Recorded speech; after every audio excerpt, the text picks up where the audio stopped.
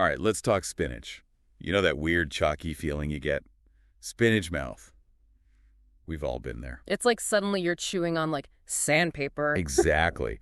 So today we are doing a deep dive on, well, exactly why that happens. We're looking at this article. Here's why spinach makes your mouth feel weird.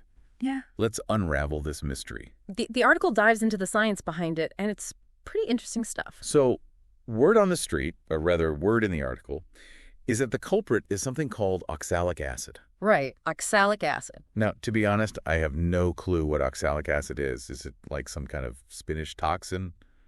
Should I be worried? Oh, not at all. It's not a toxin, really. Actually, you'll find oxalic acid in a bunch of different foods. Really? Like what? Well, it's in things like rhubarb, beets, even chocolate has oxalic acid. Get out. Chocolate, too. Okay, well, that makes me feel a little bit better about this whole thing. Yeah, it's not some scary spinach-specific chemical or anything. Okay, good to know. But, like, what is it about oxalic acid that causes that, that feeling? Okay, so it all comes down to a little chemical reaction that happens in your mouth. Basically, the oxalic acid from the spinach mixes with the calcium in your saliva. Okay. And when that happens, they form these teeny tiny crystals. Crystals. Yep, tiny crystals called calcium oxalate. And guess what? Those crystals are what you're feeling when you get spinach mouth. Wait, hold on. So you're telling me that I have actual, like, microscopic crystals forming in my mouth when I eat spinach? Pretty much, yeah. Okay, that's both fascinating and, like, mildly disturbing at the same time. But is it, like, a health concern? Well, for most people, not really. The crystals themselves are harmless. They just feel a little weird. Okay, that's reassuring.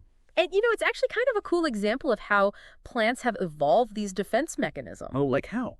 Think about it. A hungry animal comes along, takes a bite of spinach, and suddenly their mouth is full of this weird, gritty texture. They're probably going to be like, nope, not eating this. Right, like onions making you cry. Exactly. Onions, spinach, they've all got their tricks. That's wild. So it's like a built-in deterrent. Precisely. Fascinating.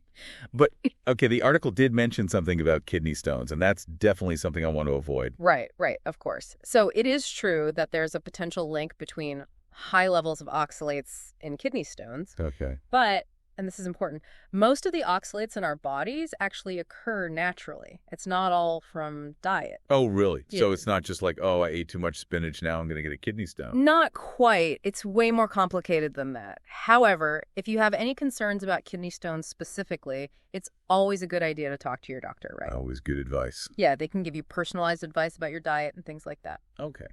So, spinach mouth.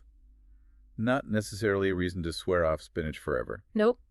It's more of an interesting quirk than a health hazard for most people. That's a relief. But let's be real. Nobody enjoys that gritty feeling. So, are there any, like, hacks, ways to outsmart the oxalic acid? Absolutely. There are a couple things you can try.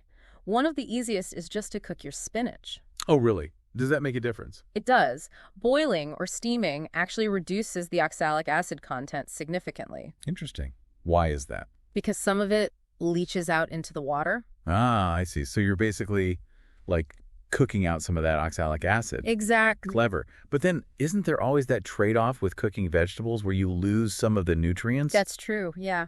There's always that balance. So it's like, pick your battles. Yeah. Less grit or maximum nutrients. Yeah. Decisions. But the article did mention another trick, right? Something about citrus. Oh, right. You can also try adding a squeeze of lemon juice or lime juice to your spinach. Does that, like, neutralize the oxalic acid? What does that do? The citric acid in the lemon or lime juice can actually help to prevent those crystals from forming in the first place. Oh, wow. I've actually tried that before, and it does work. I totally forgot about that. It's a good trick, right? Yeah. It does add a bit of a tang, though. True. Not everyone's a fan of that. Yeah, it's definitely a matter of personal preference. Some people love it, some people not so much. Exactly. But hey, at least you've got options. You can embrace the grit, you can cook it down, you can add some citrus, you do you. I love that. So there you have it, folks.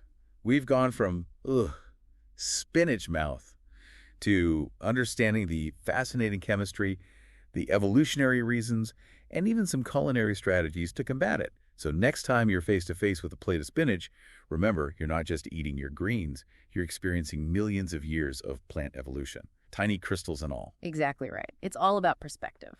And on that note, we'll wrap up this deep dive. Thanks for joining us. Thanks for having me. It's been fun. Always a pleasure. Until next time.